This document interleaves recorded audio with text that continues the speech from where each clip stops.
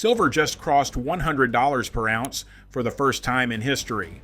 Most people see that as a commodity story, but inside every modern airliner flying today, silver is quietly doing work that aluminum and titanium cannot.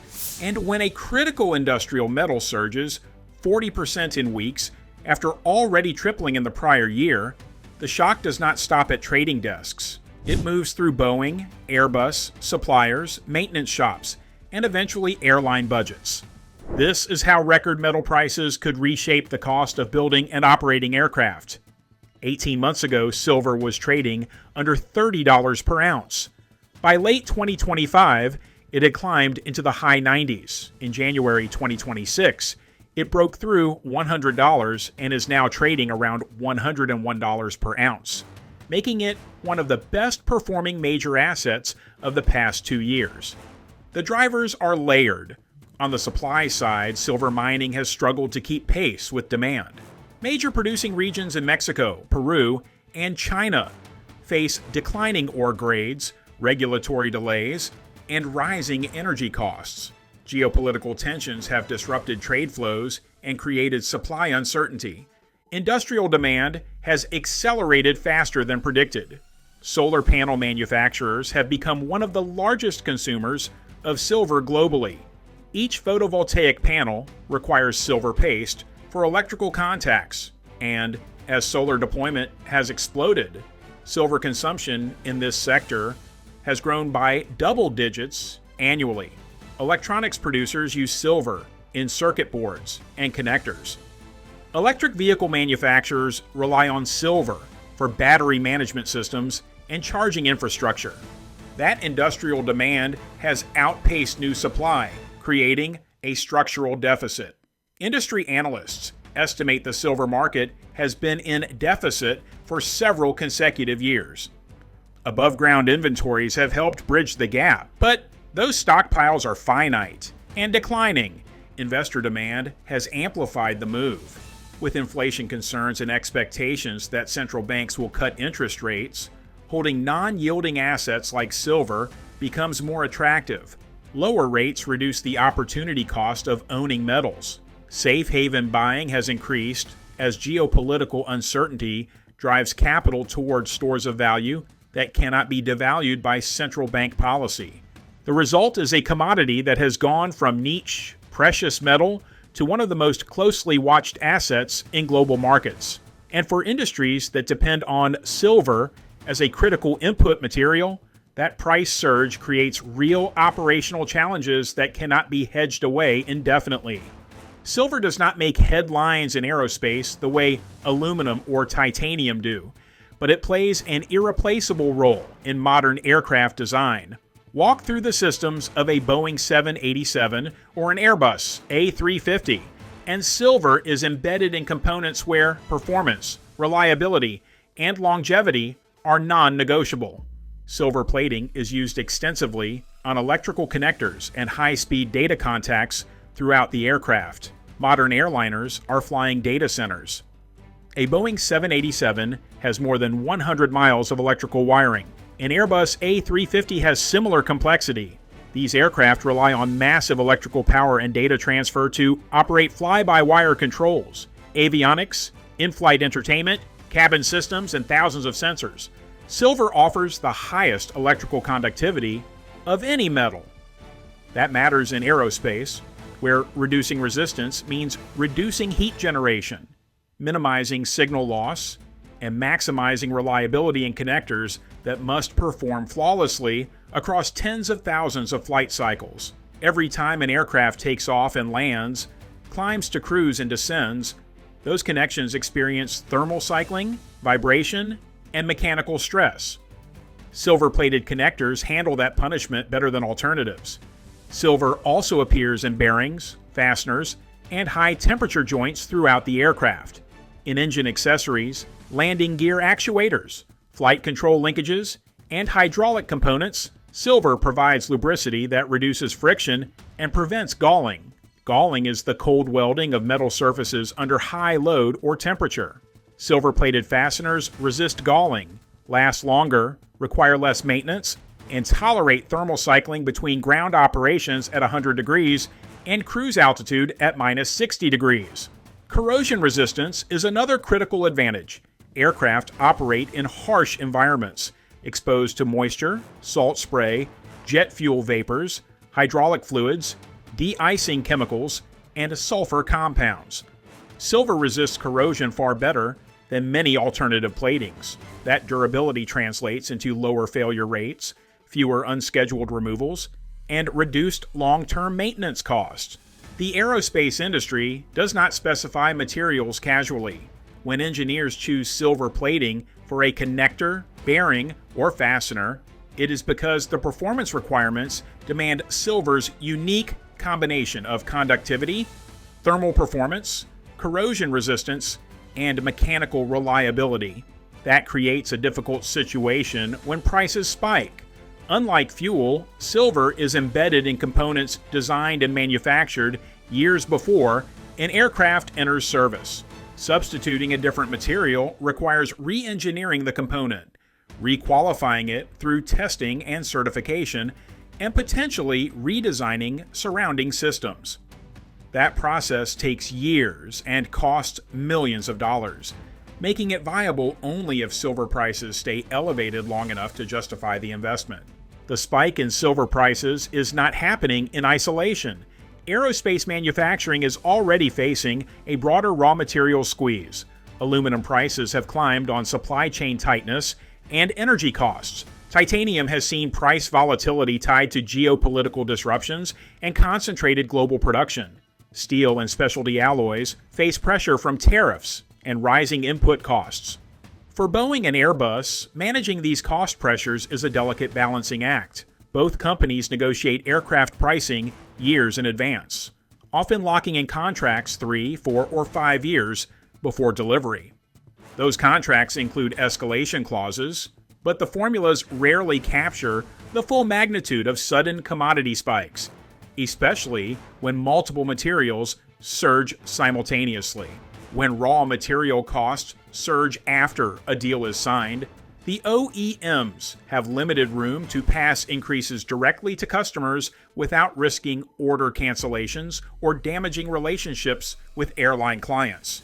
In competitive procurement battles between the 737 MAX and A321neo, or between the 787 and A350, even small pricing differences can swing billions in orders. The result is that Boeing and Airbus often absorb cost increases internally, squeezing margins on individual aircraft. That might be sustainable for a few quarters on mature programs. But if metal prices stay elevated, the pressure becomes harder to manage, especially for programs still recovering development costs. The Boeing 787 required more than $30 billion in development. The Airbus A350 faced similar challenges. The real cost pass-through happens further down the supply chain. Tier 2 and Tier 3 suppliers manufacture electrical harnesses, landing gear components, actuator assemblies, and thousands of other parts that Boeing and Airbus integrate into finished aircraft. These suppliers lack the market power and financial reserves of the OEMs. When silver, aluminum, or titanium prices spike, these suppliers face an immediate squeeze. They have already quoted pricing based on historical material costs. If they absorb the increases, their margins evaporate. The alternative is to renegotiate with the OEMs or build escalation clauses into future pricing that more aggressively pass through commodity volatility. In practice, both happen. The cost increases ripple upward, raising the price of components that Boeing and Airbus must purchase. Those higher component costs eventually show up in the overall cost structure of new aircraft, even if they do not immediately translate into higher list prices for airline customers. This dynamic also affects the maintenance, repair, and overhaul sector. Airlines operate aircraft for 25 to 30 years, replacing parts, overhauling engines, and maintaining systems throughout the aircraft's service life. When the cost of silver-plated connectors, bearings, and fasteners rises, MRO shops face higher parts costs immediately. They operate on thin margins in a competitive market, where airlines constantly pressure them to reduce expenses. The result is that higher material costs get passed to airlines in the form of higher maintenance invoices and rising prices for consumable items. Those increases add to the total cost of ownership over the life of the fleet. For airlines, the impact operates on multiple timelines. Carriers with large outstanding aircraft orders may find that final pricing for deliveries in 2027, 2028, or beyond includes escalations that exceed what they anticipated. United Airlines has over 500 aircraft on order. Delta has more than 300. American, Southwest, and major international carriers all have massive order books extending through the end of the decade. If silver, aluminum, and titanium remain elevated, the cumulative effect on final pricing can be substantial. An airline that expected to pay $120 million for a Boeing 787 might see the final invoice at $125 or $130 million if material costs stay high. For a carrier taking delivery of 10 aircraft per year, an additional $5 million per aircraft adds $50 million annually to capital expenditures, in an industry where net margins average 3 to 5%. That is meaningful. Over the longer term, higher MRO costs affect fleet economics. Airlines calculate total cost of ownership by combining acquisition price, fuel efficiency, maintenance expenses, and residual value. If parts costs rise significantly, that changes the economic equation for keeping older aircraft versus replacing them with newer models. Consider an airline operating 20-year-old Boeing 757s or Airbus A320s. Those aircraft burn 20 to 25% more fuel per seat than new 737 MAX or A321neos. They also require more expensive maintenance as components age. Under normal circumstances, fuel savings justify the capital investment in fleet renewal. But if new aircraft acquisition costs rise while parts costs for existing aircraft also increase, the payback period lengthens. Instead of recovering the investment in 7 or 8 years, it might take 10 or 12. That may lead airlines to defer retirements, extend leases, and slow new deliveries. Silver is only one input in a complex materials basket, but its role in high-value components means even modest percentage increases have outsized effects. A connector that cost $50 might now cost $75. A bearing assembly priced at $200 might now be $300. When multiplied across thousands of components per aircraft and hundreds of aircraft in a fleet, costs add up quickly. The question is whether these cost pressures flow through to ticket prices. In competitive markets, airlines have limited ability to raise fares without losing traffic to rivals. But if raw material inflation persists across the industry, raising costs for all carriers, fare increases become more likely. When every airline faces higher costs, competitive dynamics shift, and prices eventually adjust upward to maintain profitability. The broader question is what sustained high metal prices mean for aviation's long-term trajectory. Aviation is in the middle of a generational fleet renewal, replacing aircraft from the 1990s and early 2000s with new models that burn 15 to 20% less fuel per seat and produce fewer emissions. This fleet renewal is driven by fuel efficiency and environmental regulations, with jet fuel often representing 30 to 40% of an airline's expenses. Efficiency gains deliver substantial savings. The International Air Transport Association has committed the industry to net zero carbon emissions by 2050. But fleet renewal requires enormous capital. A Boeing 787 costs between $250 and $350 million. An Airbus A350 runs similar. Even narrow-body aircraft cost $100 to $130 million each. For airlines replacing hundreds of aircraft, the investment reaches tens of billions. If raw material costs stay elevated, pushing aircraft prices higher, does that slow fleet renewal? Airlines with tight balance sheets may extend the service life of existing aircraft rather than taking on higher acquisition costs. They can defer retirements by 5 or 10 years, and perform additional maintenance to keep older aircraft viable. That would delay efficiency gains, keep higher emission aircraft in service longer, and potentially undermine emissions reduction targets. If the global fleet modernizes more slowly, average fuel burn remains higher and the path to net zero becomes steeper. Alternatively, sustained commodity inflation could accelerate innovation. Aerospace engineers are exploring alternative coatings, advanced composites, and new alloy formulations that reduce reliance on expensive metals. Higher silver prices create stronger incentive to develop connectors and platings that use less silver without sacrificing performance. Selective plating techniques can apply silver only where absolutely necessary. Hybrid platings, combining thin silver layers with less expensive base metals, might deliver acceptable performance at lower cost.